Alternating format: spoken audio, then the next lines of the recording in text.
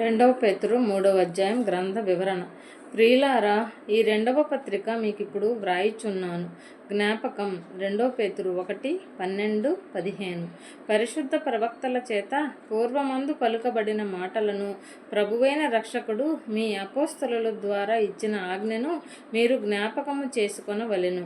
విషయమును మీకు జ్ఞాపకము చేసి నిర్మలమైన మీ మనస్సులను రేపుచున్నాను. ప్రవక్తలు 2 పేతురు 1:19-21. ఆజ్ఞ 2 పేతురు 2:21. ఇక్కడ మళ్ళీ విశ్వాసుల ఎదుగుదలకు పాత ఒడంబడిక, కొత్త ఒడంబడిక 2 గ్రంథాలు ప్రాముఖ్యమేనని పేతురు నొక్కి చెప్తున్నాడు.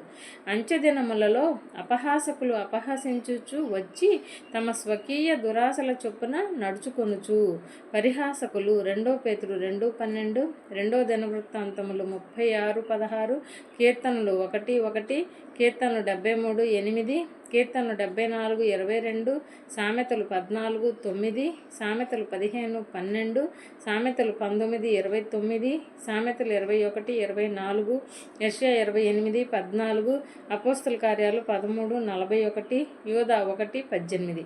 బలమైన ఆధారాలు గల క్రైస్తవ నమ్మకాల గురించి అజ్ఞానంతో కొందరు ఎగతాళి చేస్తుంటారు. సాక్ష్యాధారాలను, రుజువులను పరిశీలించి తమ చెడు కోరికలను విడిచిపెట్టడం కష్టం, ఎగతాళి చేయడం తేలికే. ఆయన రాకడను గూర్చిన వాగ్దానం ఏమాయను? పితరులు నిద్రించినది మొదలుకొని సమస్తమును సృష్టి ఆరంభమునున్నట్టే నిలిచి ఉన్నదే అని చెప్పుదురని మొదట మీరు తెలుసుకొనవలెను.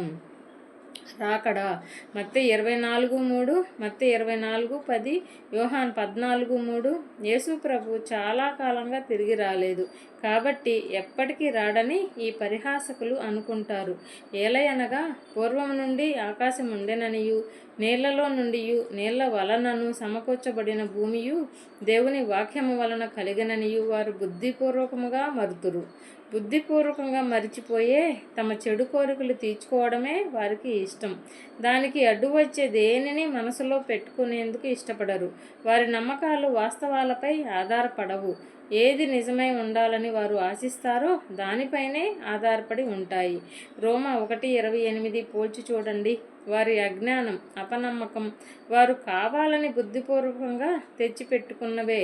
దేవుని వాక్కు వల్లే ఆదికాండం 1:1-3, ఆదికాండం 1:6, ఆదికాండం 1:9, ఆదికాండం 1:11, ఆదికాండం 1:14, ఆదికాండం 1:20, ఆదికాండం 1:24, ఆదికాండం 1:26, కీర్తనలు 33:6. ఆ నీళ్ల వలన అప్పుడున్న లోకము నీటి వరదలో మునిగి నశించెను. 2 పేతురు 2:5. అయితే ఇప్పుడున్న ఆకాశమును, భూమియు భక్తిహీనుల తీర్పును, నాశనమును జరుగుదినము వరకు అగ్ని కొరకు నిల్వ చేయబడినవై అదే వాక్యము వలన భద్రము చేయబడి ఉన్నవి. వాక్కు హెబ్రీలు 11:3, మంటలు 12వ వచనం, యెషయా 66:15-16, మలాకి 4:1, ప్రకటన 20:9. ఆకాశాలు, భూమి అగ్ని వల్ల నాశనం అయిపోయేది ఎప్పుడు? పాప విముక్తి లేని వారి తీర్పు సమయంలోనే, అంతకన్నా ముందు కాదు. ప్రకటన 20:11-15, మత్తయి 19:28, అపోస్తల కార్యాలు 3:21, రోమా 8:19-21 పోల్చి చూడండి. ప్రియులారా, ఒక సంగతి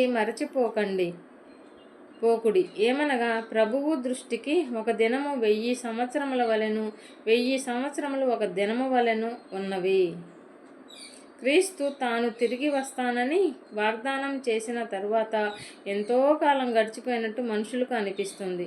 దేవునికైతే అది 2 రోజుల్లాగా ఉంది. మనకులాగా కాలం అనేది ఆయన అనుభవంలో లేదు. ఆయన క్రీస్తును తిరిగి పంపించేందుకు మన లెక్క ప్రకారం 2000 సంవత్సరాలు ఆగాడంటే అందులో ఆయనకు సదుద్దేశం ఉంది. మనుషులను పశ్చాత్తాపంలోకి నడుపుతూ ఉన్నాడు. ఇక జాగు చేయని అవసరం లేదని ఆయనకు తెలిసేంత వరకు ఆ పని చేస్తూ ఉంటాడు. ఆదికాండం 6:3 పోల్చి చూడండి.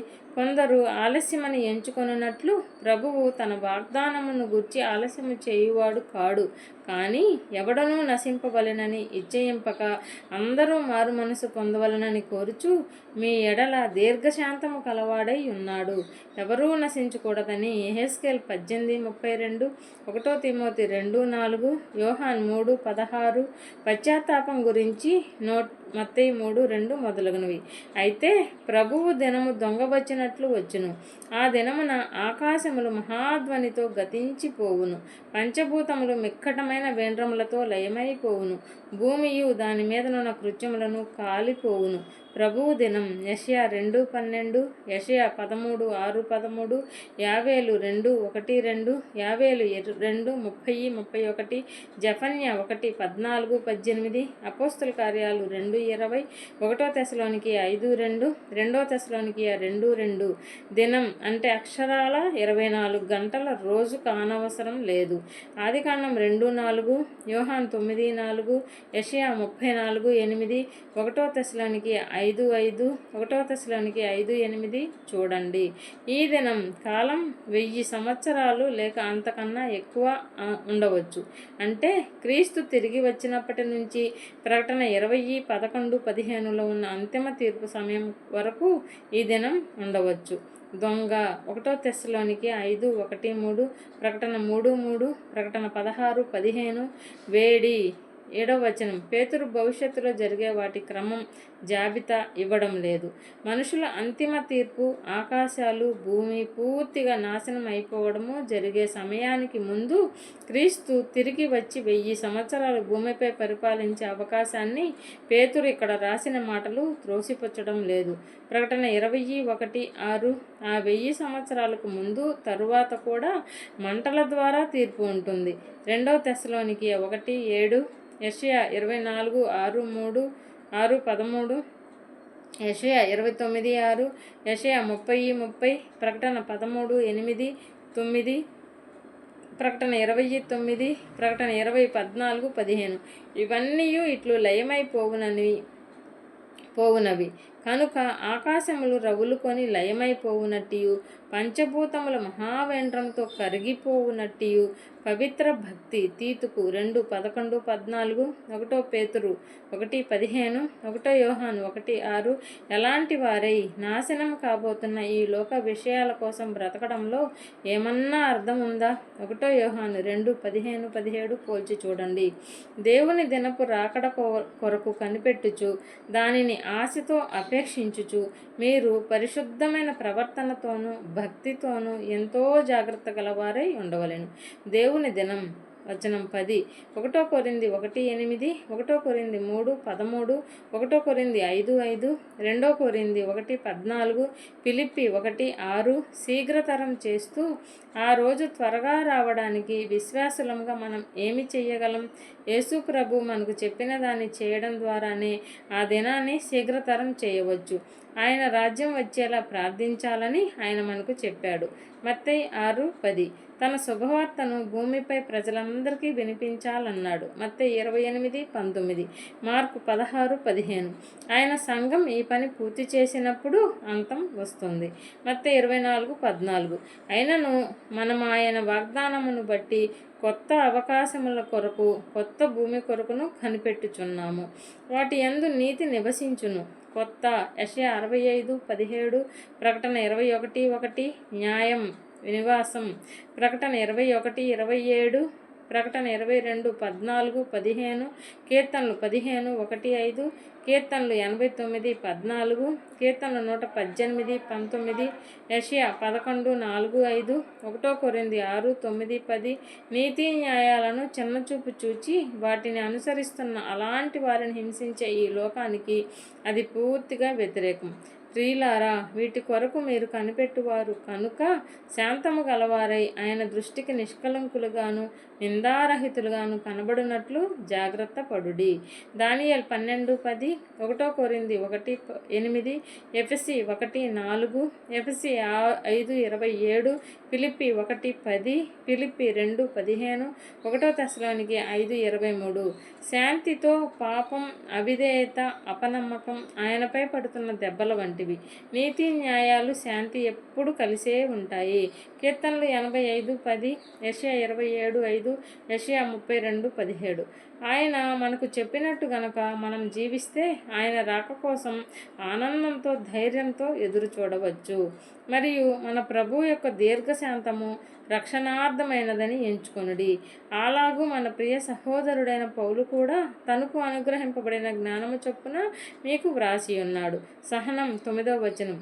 పౌలు దేవుని సహనం గురించి పౌలు రోమా 2:4, రోమా 3:25-26, రోమా 9:22-23, రోమా 10:21లో రాశాడు.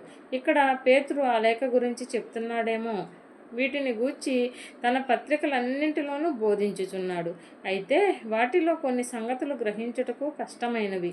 వీటిని విద్యావిహీనులను అస్థిరులను అయినవారు తక్కిన లేఖనములను అపార్థము చేసినట్లు తమ స్వకీయ నాశనమునకు అపార్థము చేయుదురు. గ్రహించడానికి కష్టం. పౌలు ఉత్తరాలు కొన్నింటిలో కనిపించే కొన్ని భాగాల్లో భాష తీరు అంశాలు కొన్ని కష్టంగా అనిపిస్తుంది. రోము వారికి రాసిన లేఖ ఇందుకు మంచి ఉదాహరణ. బాగా ధ్యానించకుండా, మరి ముఖ్యంగా దేవుని ఆత్మ ఇచ్చే గ్రహింపు జ్ఞానం తోడ్పాటు లేకుండా మనం వాటిని అర్థం చేసుకోలేము. ఉపదేశం పొందని వారు, దేవుణ్ణి ఎరుగని వారు ఆయన వాక్కుని ఎలా చదవాలి, ఎలా అర్థం చేసుకోవాలి అన్న సంగతి గురించి తెలియని వారు, నిలకడ లేనివారు 2 పేతురు 2:14, యాకోబు 1:8 అంటే సత్యంలో స్థిరంగా లేనివారు, కొలస్సీ 1:23, కొలస్సీ 4:12, 1 తెస్సలోనికయ 3:8, 2 తెస్సలోనికయ 2:15, 1 పేతురు 5:9-10, వక్రం అపోస్తలు కార్యాలు 20:30, 2 కొరింథీ 4:2, గలతీ 1:7, ఇర్మియా 23:36, నాశనానికి 2 పేతురు 2:1, 2 పేతురు 2:3, 2 తెస్సలోనికయ 2:10. దేవుడు వెల్లడి చేసిన దాన్ని మనం ఏ విధంగా తీసుకుంటున్నామో చాలా జాగ్రత్తగా ఉండాలి. ఆయన ఉపదేశాలను గనుక మనం వక్రం చేస్తే, మనకు ఇష్టం వచ్చినట్టు చేస్తే ఆయన శిక్ష నుంచి తప్పించుకోలేము.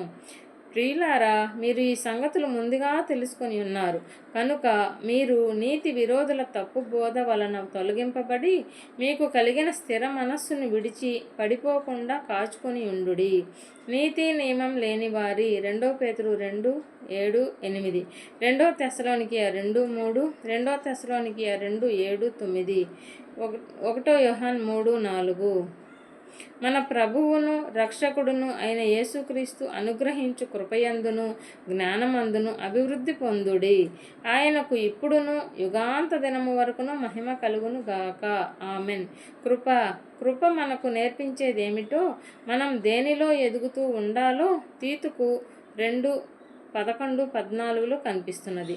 జ్ఞానం ఎఫెసీ 1:17, ఎఫెసీ 3:18-19, ఫిలిప్పీ 3:10, కొలస్సీ 1:9, కొలస్సీ 2:2 పెరుగుతూ, ఎఫెసీ 4:12-15, 1 పేతురు 2:2. మహిమ క్రీస్తుకే చెందాలని పేతురుకు తెలుసు. దేవుడొక్కడే మహిమకు పాత్రుడు. యెషయా 42:8, రోమా 11:36, రోమా 16:27. క్రీస్తు ఆయన అవతారం.